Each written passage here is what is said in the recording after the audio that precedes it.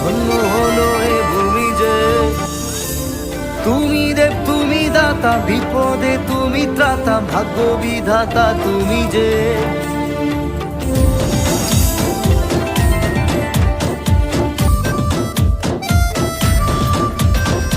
আজকে খুশির দিনে তোমারই আগমনে ধন্য হলো এ ভূমি যে।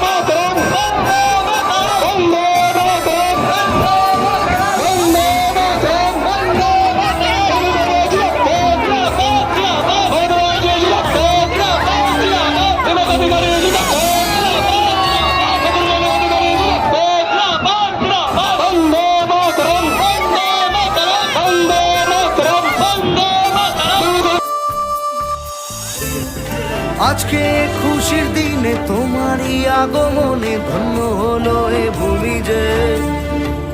তুমি রে তুমি দাতা, বিপদে তুমি ত্রাতা, ভাগ্য বিধাতা তুমি যে।